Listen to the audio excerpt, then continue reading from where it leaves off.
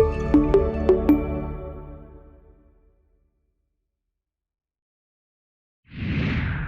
like to thank the chapter for giving us the opportunity today to just give you an Academy update. With me today is Hannah Mills, one of our great staff members from the Academy office. So thanks for attending today, Hannah. Thanks for having me. I'm really excited to give this update.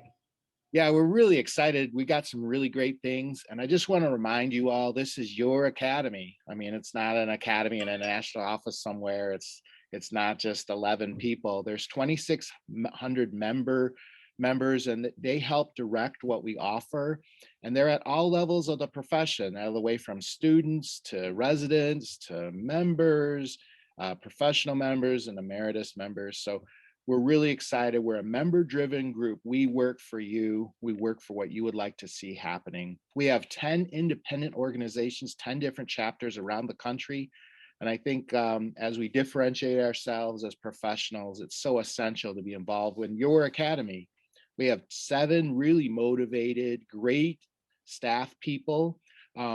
We've tried to make sure that we're extremely efficient in our offices in Bethesda, Maryland. You're always welcome to come visit. They welcome having members come because it's really your office as well. We have 11 board members and they're elected from you, the members. I'm one of those, but I can tell you they're all very dedicated people, and they also work for your interests. So feel free to contact us when you have some ideas. And then we have over 160 volunteers. But again, it's your membership, it's your academy. So we're always looking for new ways for you to serve. So our mission is to promote professionalism and advance the standards of patient care. And we really hold true to that with our 5 different pillars. Those being education. I think that we can all agree that the Academy puts on really the best educational offerings, our literature in terms of scientific journals, but more than that, reference books, periodicals, pamphlets, reference books. So we have a lot of opportunity for different types of literature. Our ongoing research, we're not just standing still. It's not just the research that we support from students, from professionals, from researchers. It's also the ability to access that research. We do more than just provide resources for that research. We actually provide ways and reminders that the research exists. So many materials are out there, so we work hard on that. And then it's advocacy, because we really represent you, the individual member. We don't represent your top level organization. We don't necessarily represent groups of people. We represent you, the member. So we look for what's best for you, the individual clinician, and we do that through our advocacy, working with our sister organizations. We're not a very large group. I think we can all agree on that, but we're all working for you, the member. And then collaboration not only with our sister organizations, but collaboration with groups outside of our profession, such as OT, PT groups, physician groups. So we're always looking for those ways to reach out and really do what's best for in the end, the patient. So we're really excited to announce our meeting coming up in May 4th through 7th. Experience the Academy in 2021. And our goal is to create the most engaging event for O&P for professionals. We're really excited about the opportunity to open this up to a virtual content. So we want to add this momentum, there's something extra to inspire you to connect, to recharge this new year, because we're jumping out of what we had last year. We're pushing forward, and I think we're all really, really ready to do that. And so we hope that this meeting can be a point where we jump off and move forward. So we have 4 days of great presentations, over 100 really scientifically motivated, but also clinically relevant presentations. We have more than 10 different types of sessions for network opportunities. I don't care if you're a student, you're a clinician, you have lots of experience, very little experience, emeritus. It's a great chance to get together and meet people. We're really taking advantage of the virtual platform too. I don't know how many of you have gone to meetings like I have and said, oh, I wish I could go to that meeting, but I can't because I got to stay in this meeting where I have a friend I haven't seen in about 10 years. Hey, that's going to be great because with over 50 types of subject matter, you can go backtrack and find those meetings and actually attend those. So there's going to be over 130 quality, really quality CEUs, not just, you're sitting in a seat watching something. You're actually going to be taking something from them and applying it to what you do every day. And you can backtrack and do this. So we're embracing this virtual format so that we can really offer more to you. So just check out the Academy annual meeting website and register today. Yeah. I think that is So a super important point about the annual meeting, is that we're taking the quality education that the Academy already has and has honed for the last, countless number of meetings, and taking it virtual. So that connection and all the resources that come with Academy meeting will now just be at your fingertips as opposed to in person. Such a great point, Hannah. It's not just trying to make a meeting fit a virtual format, but really embracing that and making the most of what that offers. That means we can get to more people. You don't have to go to Boston, Orlando, Chicago, Las Vegas. You can be right there. So we look forward to meeting you in person. But hey, with this meeting, we really kind of want to give you more opportunities to see things. So, Of course. The Academy gives you education you can trust because it's really motivated from the clinician. So what we look at is with our online learning, there's over 450 different courses to expand your O&P knowledge and expand your clinical knowledge. We have really some great speakers. And once you get that education, you can reference this. You can have continued references and really look at this for renewal purposes and things like this. And it's really important. I was going to say, it's really great to have, like, once you purchase a course at the Academy, most people don't know that it stays in your course catalog for the life of your account with the Academy. And right, that's so great. While the Academy is a membership organization, we do have non-member access to the online learning center. So if you were at a point when you were a member of the Academy and you had to take a year off for whatever life concerns, you can still access those courses through a free online learning center. It's a virtual reference book and you can keep it with you. And with over 450 courses, one of our big challenges, make sure you still know that they're there. So we need to we work hard to make sure that you see what's available. And it's really not only education, but the information you need. So the Academy Advantage, we're not just waiting a year or two to tell you about things. We really want to tell you what some of your member benefits are. So we're constantly giving you this timely content related to what you can apply, what we're learning. If you look, we have a lot of social media activity, really some really interesting things that I've seen just recently on LinkedIn and other types of social media. So the Academy is adopting those new types of delivery methods. And, we provide different levels, different platforms for literature. Certainly we have the JPO that can give you different types of scientific research that's state of the art. We also have special articles in the Academy today that give you certainly more timely evidence notes and things that you can apply clinically. And then we kind of organize these into different levels of accessibility depending on what you need as the clinician. So again, we're the Academy, we're your member group. We're working hard to provide those for you and support those researchers that give us this really interesting type of content. We also give you the scientific evidence. We talked about our education, but we also have these really great state of the science conferences, but also the publications. And I was looking at them just recently, how ahead of their time they really were. Some of them is 2009, 2010, you can see that these are on the website. And these are already some years old, but they're still relevant. So I still check into them. And how often do you wish that someone would make something and it's already been done? So definitely revisit the Academy website and look at the State of the Science conference proceedings so that you can see what's been written in terms of outcomes. And if anything, see how much has changed since then. But I think what you'll see is that they were really ahead of their time when they were written. So the thing that we try to provide is evidence that you need when you need it. So the thing is, we need to really look, what gives us the greatest amount of anxiety in O&P is really the reimbursement. So we're looking for this evidence so we can support what we're trying to do for patients. And this is what the OPIQ is really going to allow for us. It's going to give us great accessibility. So by subject line, all you have to do is type in what you want for that subject.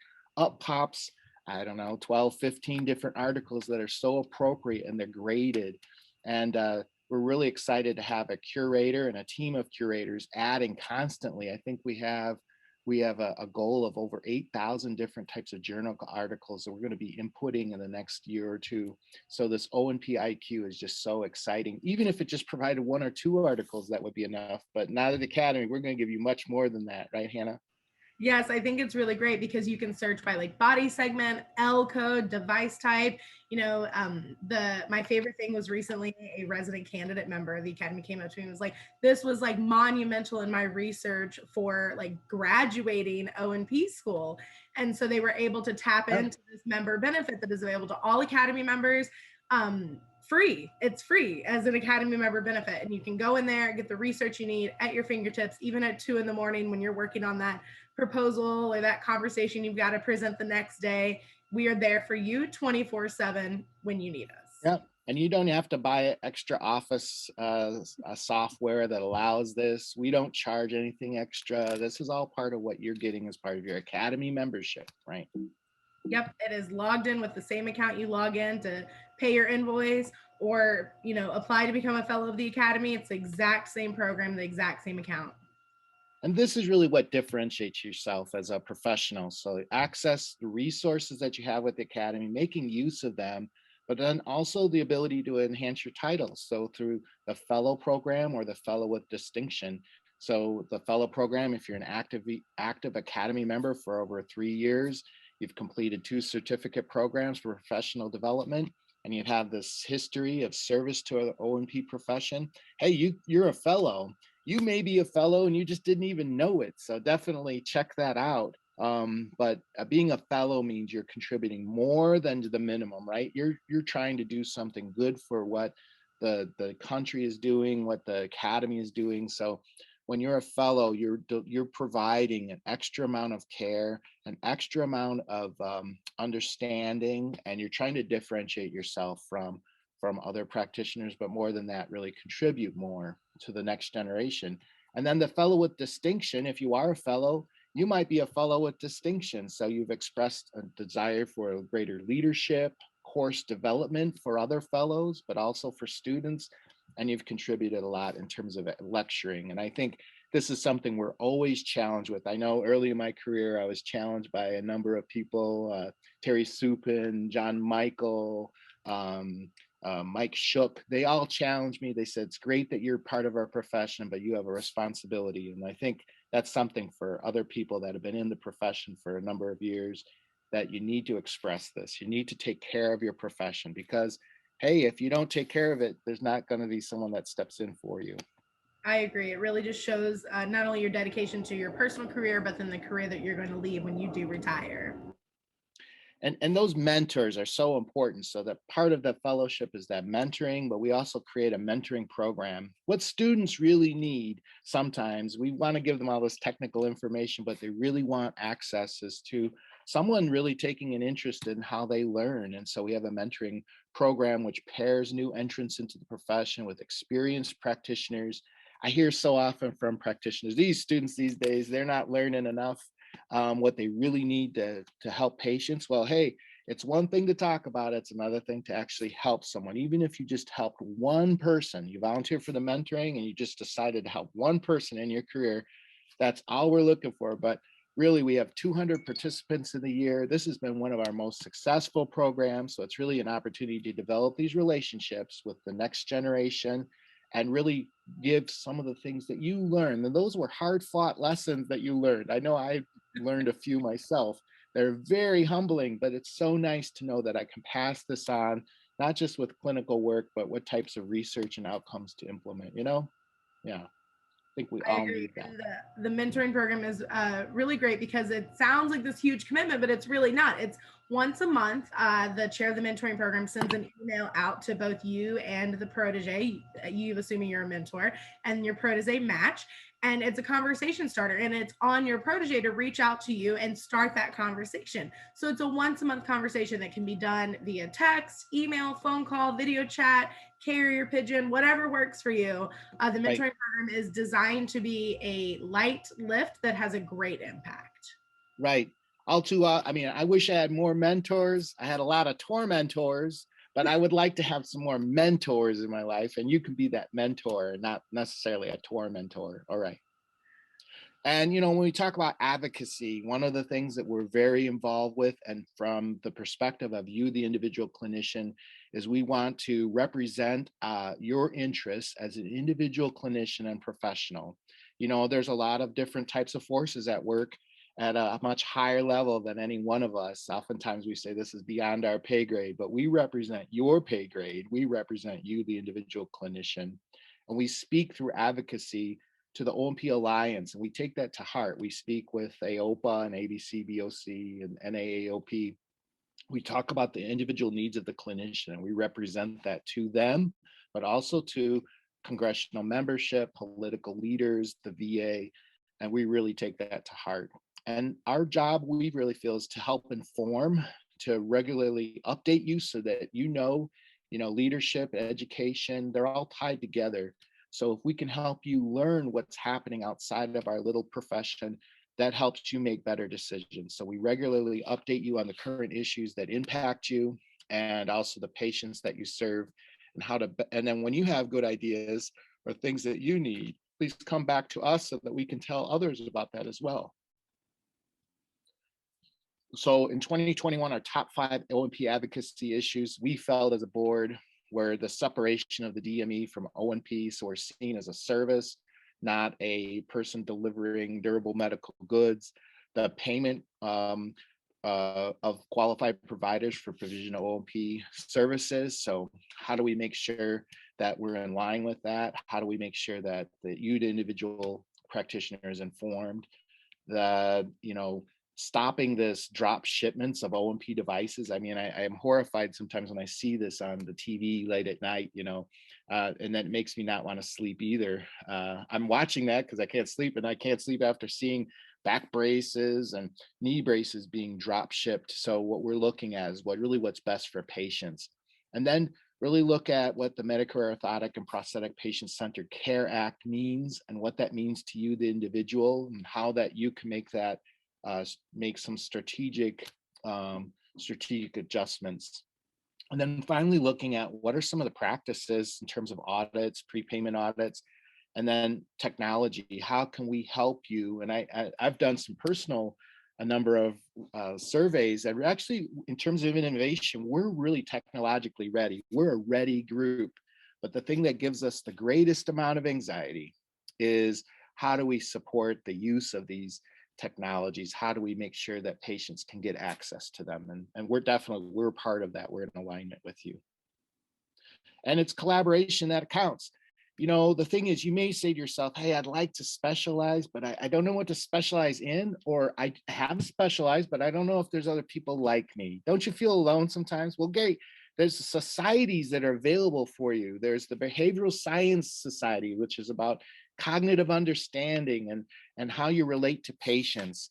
And then there's the CAD/CAM Society, and that's even now the 3D Printing Society. If you'd like to learn more about that, you could join it. You don't have to be a specialist. There's Craniofacial Society. That's always evolving in terms of materials. Fabrication Sciences. Some of you have really great gifts in terms of what you're trying to provide. The Gait Society, always so interesting, right? And so much is changing in terms of gait. You don't have to have a force load lab. You don't have to have a gait lab. You can actually tune into those other guys and see what's going on and learn from them. Lower Limb Orthotics, Lower Limb Prosthetics Society. So many new components that are adding new dynamic movement to orthotics, lower limb prosthetics, microprocessor controls, spinal orthotics, of course, everything in terms of modeling and types of materials that people are using and dosage, and then upper limb prosthetics. That's always changing.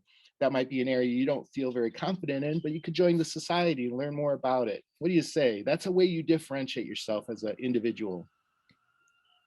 So this is probably what, Hannah, this is what we don't do in terms of slides, is confuse people, but I think it's supposed to show, I think this is supposed to show how we got this thing covered. We have an umbrella, right?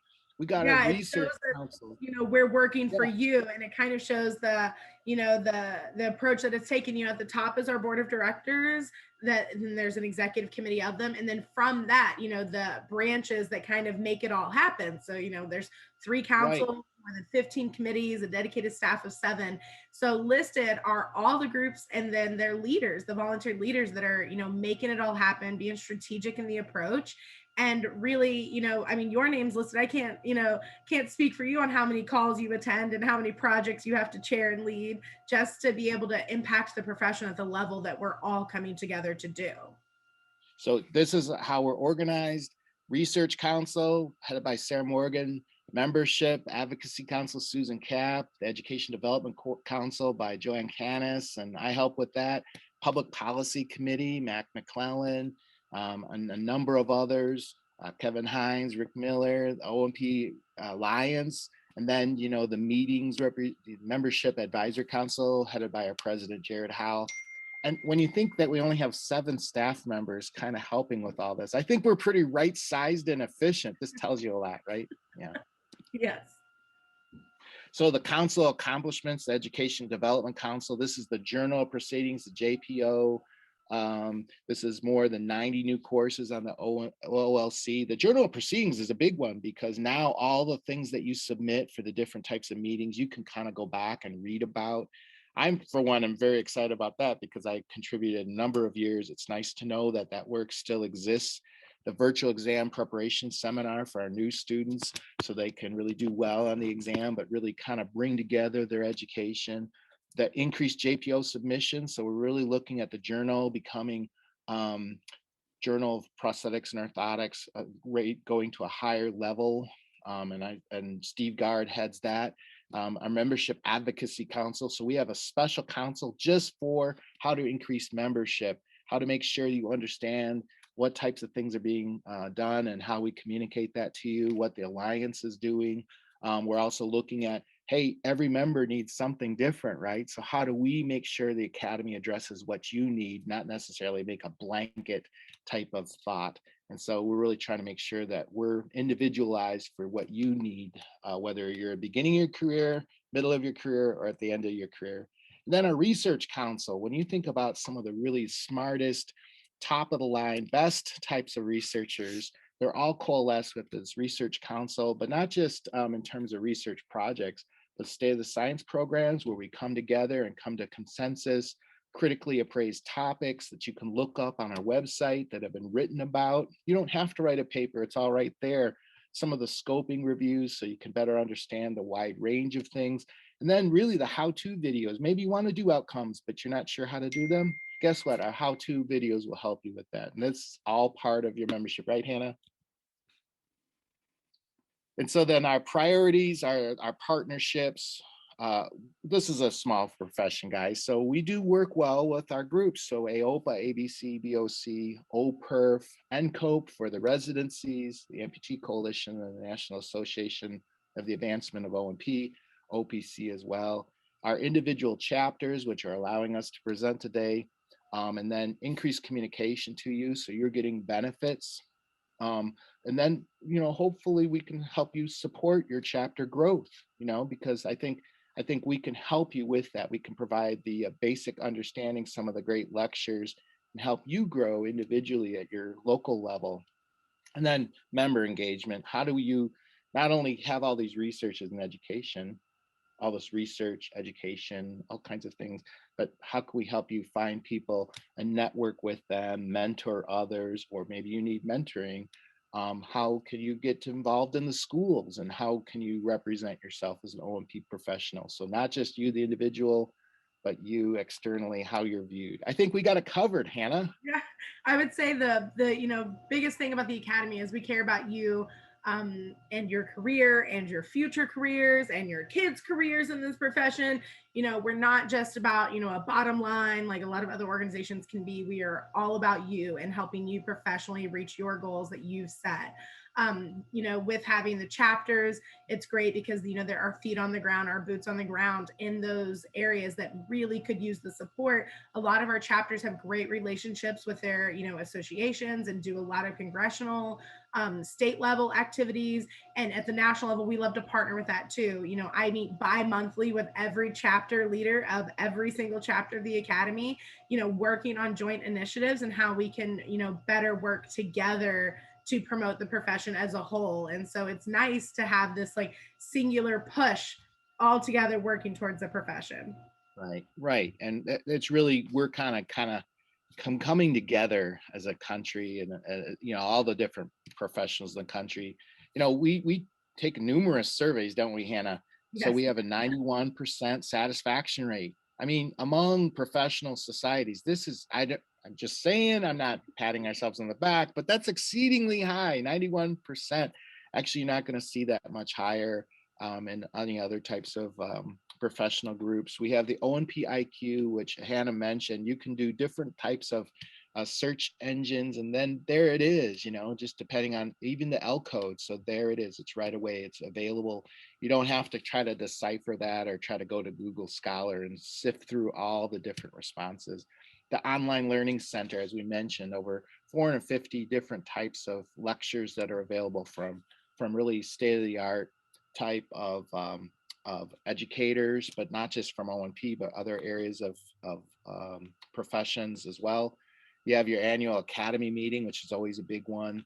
We're really excited about the special one we have planned, and then the journal. So I think with all these things, we have a lot of benefits to your membership.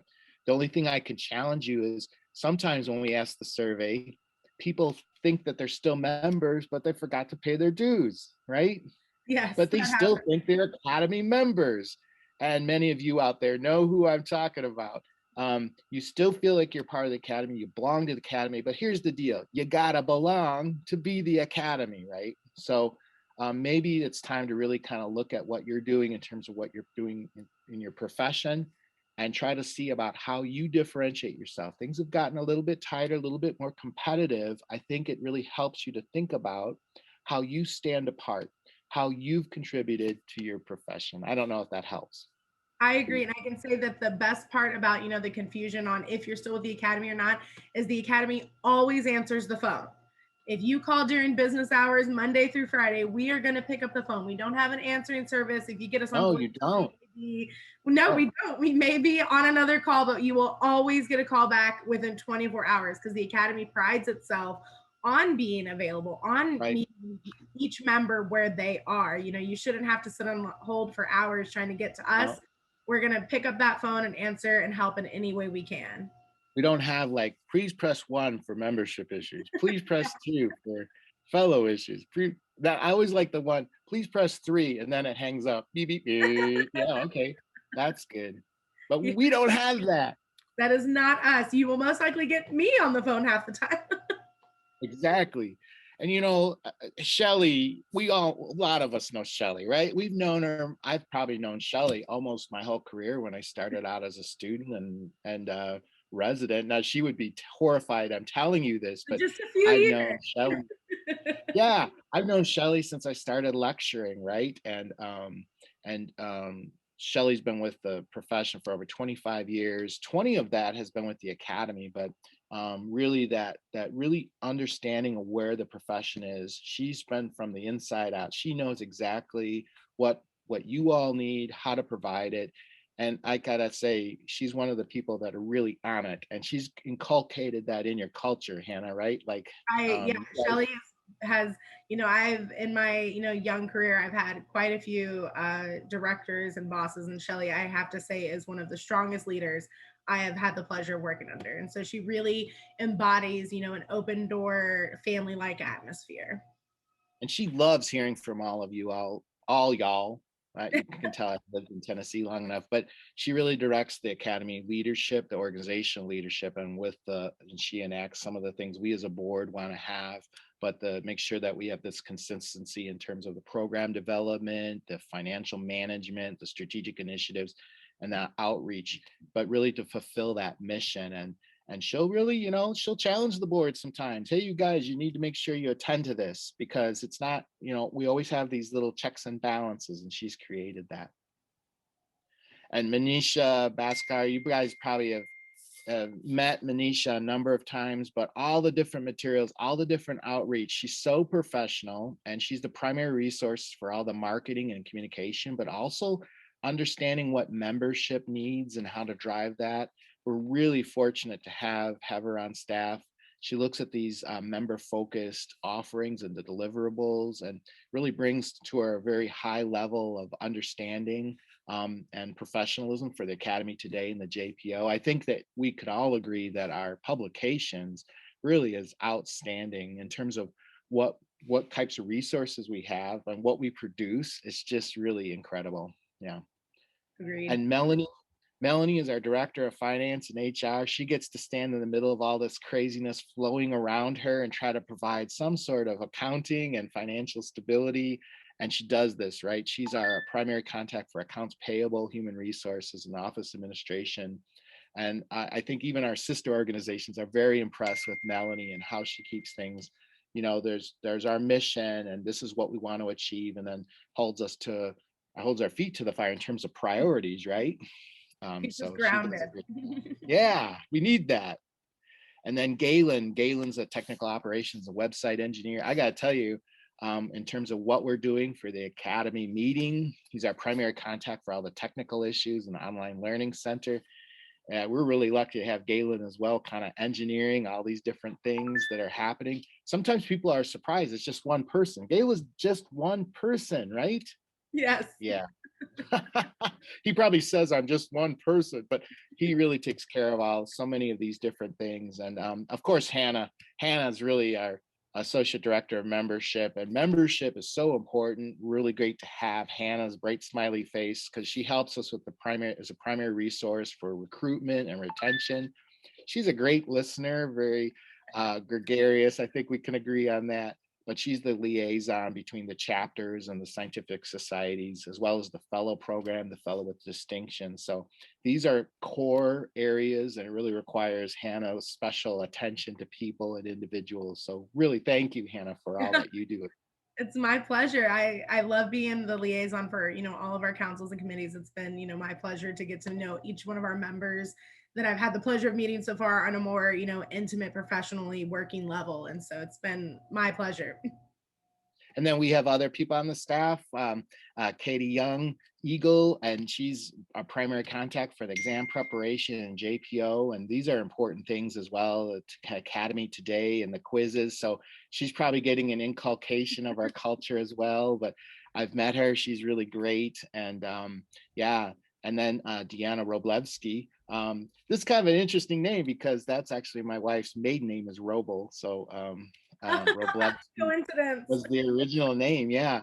But yeah, primary customer service contact for renewing your membership for Academy Bookstore and Career Awareness.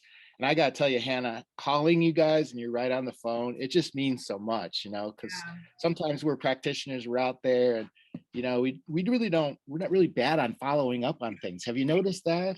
I don't know if it's the word bad. I think it's that you all are so busy. I've never met somebody who's not busy that is working in this profession. And let's just say we're challenged with following up on sometimes small things outside of patient care. Let's just say that. So it's so nice to know when we call you, you guys are really available, and then you really have access to those different things. When I call you or Galen or Deanna or Katie or Manisha, you're always right on top of it. And I know it's because I'm just that spacey. It's just nice to know that someone's kind of looking out for me a little bit. Yeah. So we're more than happy to be there wherever you need us. And of course, there's our board of directors, President Jared Howell, our president-elect Sarah Thomas, Joanne Canis, our treasurer Mark Koloka, our past president Kate Allen. So she's I can't believe it's almost time for her to rotate off. And their executive, of course, Shelley Blondis, and the rest of the directors, Brian Califf, Susan Kapp, myself, Kevin Hines, Sarah Morgan, and Matt Garibaldi. They really dedicate themselves. And if you know any of these personally, we're only separated in the profession by 2.3 people, everybody. So between two of those people, that's 95% of the profession right there, right? So chances are you know at least one of those names. Come on, you know at least one of those names. So if you ever feel the academy, should be, if you ever feel the academy should be more responsive, you just got to call somebody. Okay, I don't want to hear this anymore. Yeah, but it's your academy. We work for you. We're available to you. We've got a lot of programs, a lot of things for you to volunteer and give back, but a lot of things that provide support for you as well, if only to just help you understand some things that are tough for you to kind of understand. We can kind of have a consensus, right? Agreed. So, Agreed. hey, I just want to thank you for your time. I know we went a little long. Elizabeth Mansfield maybe is concerned about that, but don't worry about it. She'll get over it. And we at the Academy are really happy to be here for you. And thank you for letting us deliver this message. Of course, we're active on Facebook, Twitter, Instagram, LinkedIn, you name it. If there's something we're not involved with, YouTube, just let us know. We're going to have some resources for you. Again, we're in Bethesda, Maryland, and I thank you for your time. Thank you so much for having us, and we look forward to hearing from you. Great. Thank you.